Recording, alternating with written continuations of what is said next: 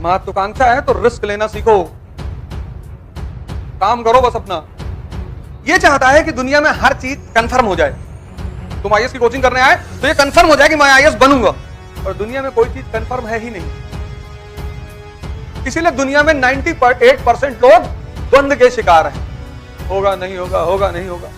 उसी में से 2% रिस्क ले लेते हैं, मोदी जी की तरह, हो चाहे ना हो, भाड़ में जाए, पर हम कोशिश करेंगे, और वही जीतते हैं।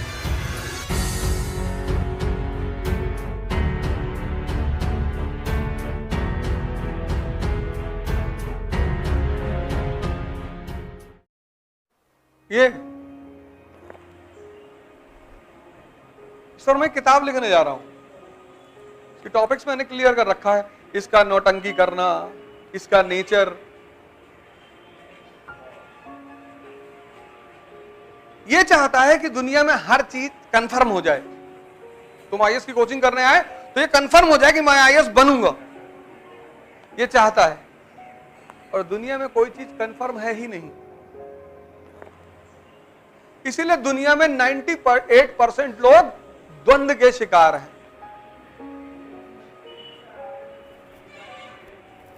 डुअलिज्म, द्वंद, होगा नहीं होगा, होगा नहीं होगा।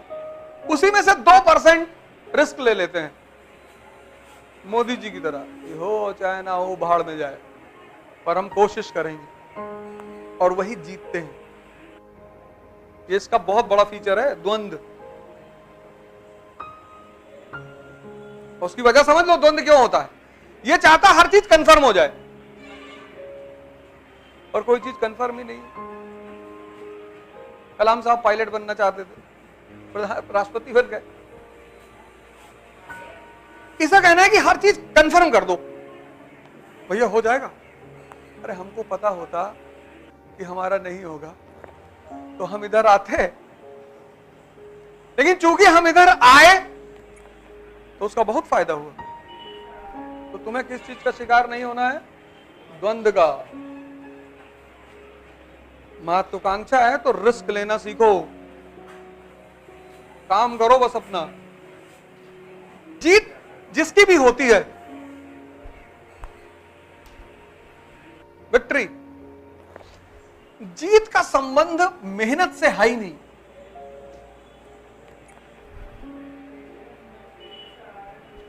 जीत का संबंध प्रायोरिटी से है, प्लानिंग से है।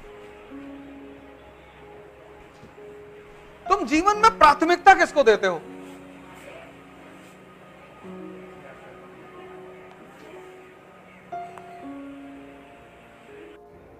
जब 5 लाख लोग प्री का एग्जाम देते हैं और रिजल्ट आता है और 10,000 लोगों में तुम्हारा नाम आता है, कितना उत्साह बढ़ता है। 4,90,000 को तुम साइडलाइन कर देते हो।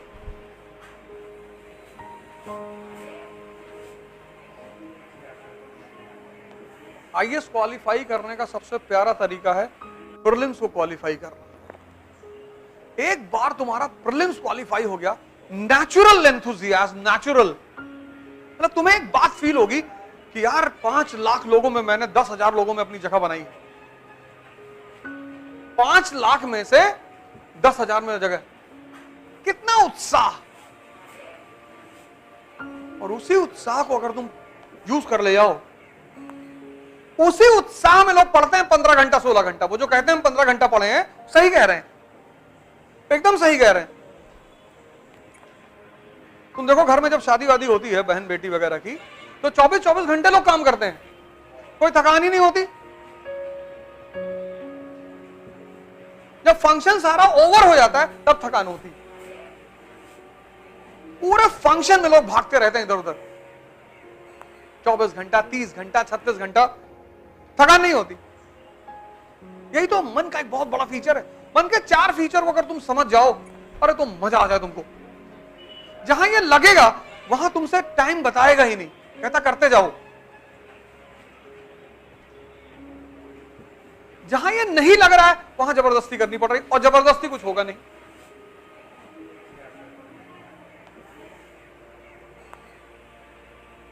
तुम देखो जहां भी ये लग रहा है वहां तुमको कहां टाइम सोचने देता है ये। दिमाग का मिसयूज नहीं करना है। मैंने कहा ना, तुम सबके पास एक इतनी जादू भरी चीज है, मतलब मिरेकल, ये भगवान का अगर आशीर्वाद रहा, तुम कभी इसको समझ गए कि यार मेरे पास एक बहुत बड़ी जादू वाली चीज है, दिमाग।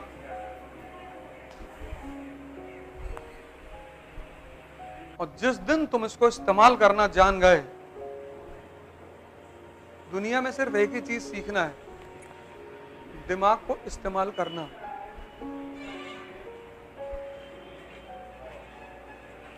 निन्यानबे प्रतिशत को पता ही नहीं। तुम युद्ध करोगे, दिमाग काम आएगा। तुम पढ़ाई करोगे, दिमाग से करोगे। तुम प्रेम करोगे, दिमाग काम आएगा। तुम पूजा करोगे, दिमाग काम आएगा। तुम जहां जो करोगे, दिमाग के बिना तुम कर ही नहीं सकते। और वही कमजोर है। जिसको सारे काम करने हैं, वही कमजोर है।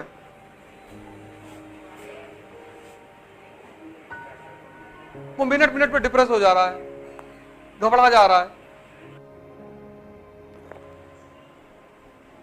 उल्टी सीधी बात सोचवा रहा है तुमसे कि तुम्हारा नहीं होगा। हाँ, नहीं होगा तो विदाई की लड़ेंगे, सोचना ही तो है। और तुम डरे हुए हो, और जिस समाज में रह रहे हो वो और डरा रहा है।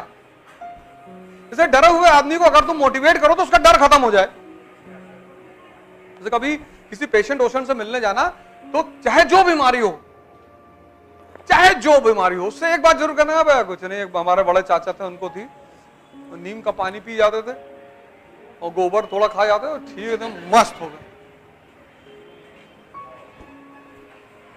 अगर कैंसर के पेशेंट से मिलने वाला हर आदमी हंसता हुआ मिले, तो संभावना यह है कि कैंसर का पेशेंट भी बच जाए।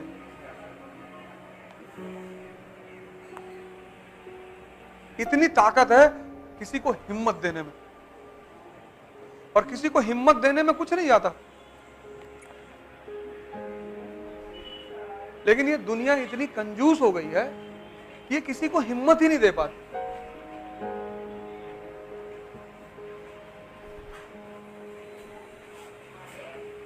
ये पैसा तो दे ही नहीं सकती, मरी हुई है। हिम्मत किसी को देने में। हमारे पास लड़के आते हैं, एक से एक लड़के, सर आइए साहब, आइए तैयारी करो, हो जाएगा तुम्हारा पहले अटेम्प्ट में। तुम 6 महीने बाद दे देना, 6 महीने बाद जाओ ऐश करो। किसी को हिम्मत देने में क्या जा रहा है?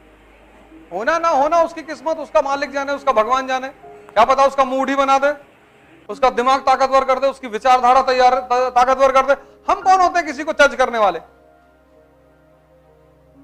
मेरे पास ऐसे ऐसे लोग आए जो हिस्ट्री की स्पेलिंग नहीं लिख पाते थे, एसडीएम है। एक लड़के को बुलाने वाला हूं, यहाँ अधिकारी है इलाहाबाद से, तो अपनी कहानी सुनाएगा। मैं नहीं सुनाऊंगा, वो सुनाएगा तुम्हें कहानी। अपनी कहानी सुनाएगा तो तुम एक पल में एक समय आकर रोने लगोगे तुम। लेकिन उस लड़के के अंदर हिम्मत बहुत थी, ताकत, जज्बा है। गुरुजी आप जो कह दो वो कट डाले। मैंने कहा ये कट डालू, सिलेक्शन हो गया। एक तो हम वैसे ही डरे हुए हैं, और जो बगल वाला आदमी वो, और कभी कभी तो मां बाप कि पहले एसएससी दे लो, सबका तो काहे इतना बड़ा गेम खेल रहे हो। कभी कभी तो मां बाप, मैं उनको बुरा नहीं मानता, नहीं समझ पाते वो बेचारे, डर जाते हैं, समाज को देख के डर जाते हैं। इसीलिए शाही तबका मुझसे बहुत चिढ़ता है। मैं छोटी मोटी बात ही नहीं करता। इलेक्शन लड़ोगे? नहीं, मैं राजशाही लौटाऊंगा भारत में, कोरोनेशन सेरेमनी करूंगा, अपनी मुकुट लगाऊंगा, ओझा डायनेस्टी। इनके शरीर में आग लग जाती है कि इतना क्यों बोलते हो, बहुत ज्यादा बोलते हो।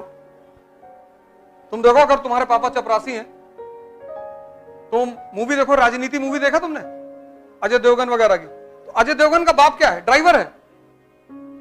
तो जब अजय देवगन कहता है कि मैं चुनाव लड़ूंगा, तो पलट के लोग क्या कहते हैं कि तू ड्राइवर का बेटा।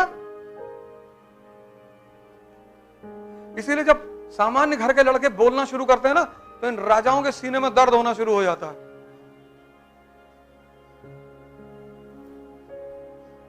तो तुमको डिफेम करने लगते हैं, बकैती कर रहा है, ये कर रहा है, वो कर रहा है। और मैं हर चीज को पॉजिटिवली ले लेता हूं कि मैं तो कर रहा हूं, और तुमको जो बिगाड़ना है बिगाड़ लो। ये चारों तरफ से मेरे ऊपर हमला करते हैं और उसको पकड़ के तोड़ देता हूं। वो ललन टॉप में कहा नहीं कि आपके बारे में है कि आप बकैती बहुत करते हैं। मैंने कहा हाँ, चंबल की डकैती और अवधोजा की बकैती। ये तो सन्नाटे में आके बैकफुट चले गए, क्योंकि जब तुम्हारे ऊपर हमला होता है तो आमतौर पर तुम बैकफुट हो जाते हो।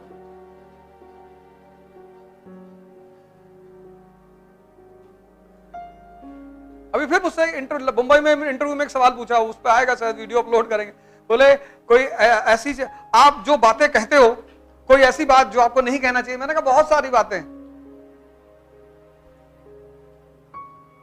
हमसे पूछा आपको किस बात में सबसे ज्यादा खुशी होती है। मैंने कहा झूठ बोलने पे। कहा आप कैमरे पे बोल रहे हो। मैंने कहा रिकॉर्ड कर,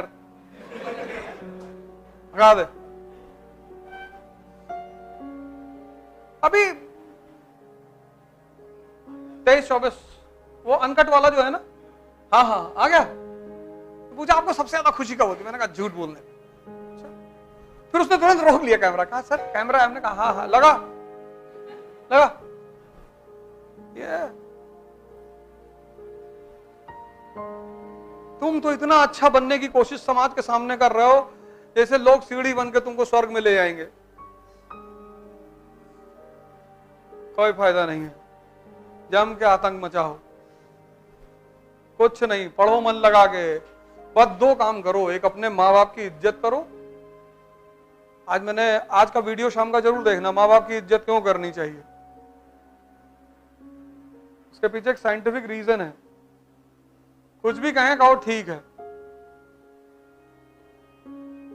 आज शाम का जो वीडियो अपलोड होगा उसको जरूर देखना कि माँ बाप का सम्मान क्यों करना चाहिए। और एक, पढ़ाई करो, बाकी तुम किसी चीज की चिंता मत करो। इस दुनिया में कोई किसी के लिए नहीं लड़ता।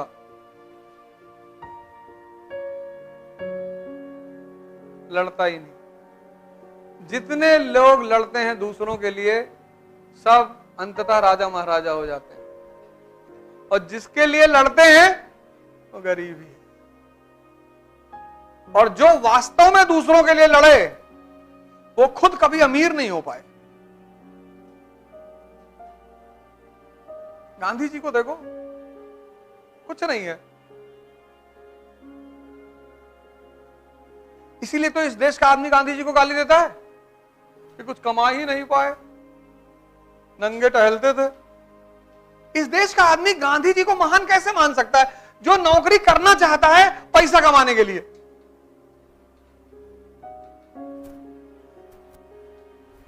इस देश का आदमी, जिसके हर आदमी के मन में तमन्ना है कि सत्ता में आएंगे तो पैसा कमाएंगे, आईएएस बनेंगे तो पैसा कमाएंगे, विधायक बनेंगे तो पैसा कमाएंगे, वो गांधी को महान कैसे मान सकता है? उसको गांधी हजम ही नहीं होंगे।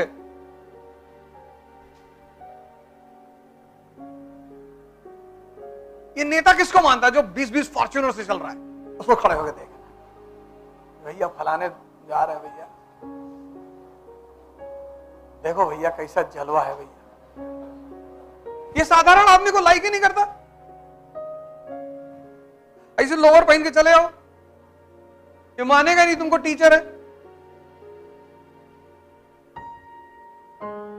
ये मानेगा ही नहीं। ये कहेगा अरे अरमानी का सूट ही नहीं पहने, जूता नहीं लगाया भैया, और घड़ी 400 रुपए की पहने, पता नहीं कहां पैसा कमा रहे हैं।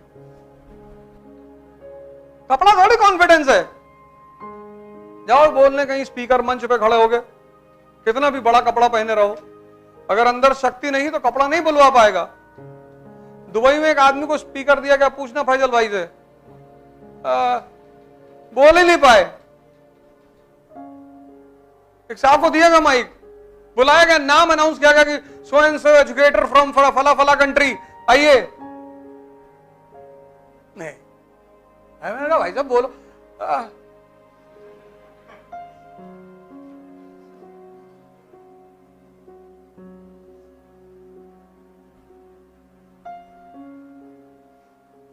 आवाज ही नहीं निकली। हमसे कह रहे दूसरी कंट्री में बोलो पकड़ बंद कर देंगे, सब पकड़ बंद कर देंगे। हम तो चाहते बंद कर दे, हमारी कंट्री में छपे। वहां जाके राष्ट्रगान गाकर आए, सब लोग खड़े हुए, नेशनल एंथम जनगण मन।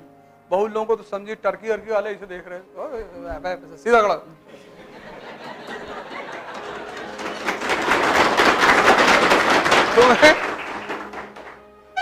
तुम्हें डिसाइड करना होता है कि तुम क्या करोगे।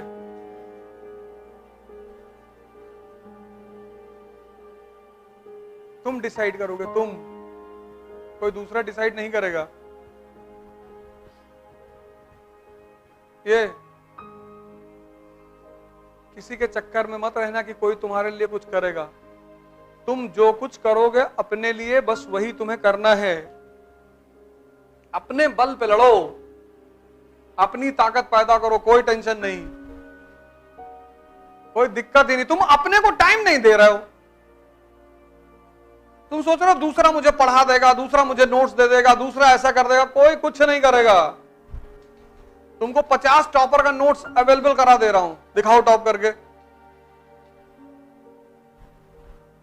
जिस टॉपर का नोट्स कहो उसका अवेलेबल करा दूं, दिखाओ टॉप करके 1 साल के अंदर।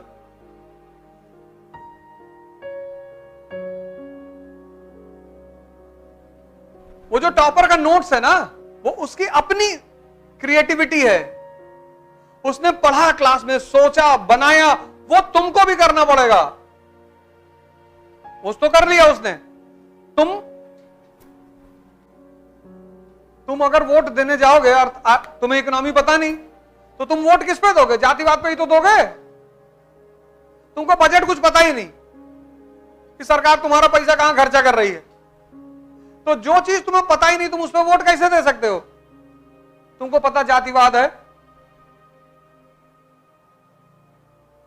तो तुम पढ़े लिखे लोग हो इस देश के, और तुमको बजट तैयार नहीं अभी आया है, और तुम्हारा इकोनॉमी का टीचर तुमको आगे पढ़ा भी रहा है।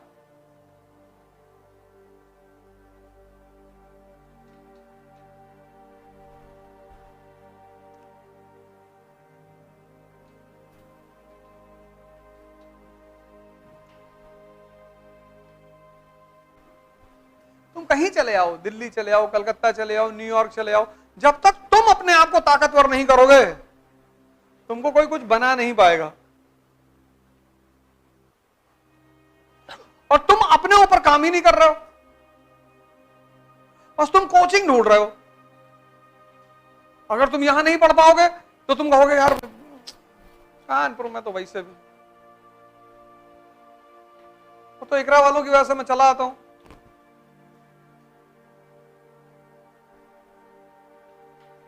तो इकरा फैजल भाई इसका मामला है तो मैं चला, वरना कहां पैसा देंगे? यहां की कोचिंग कोई पैसा देगी? दे ही नहीं सकते।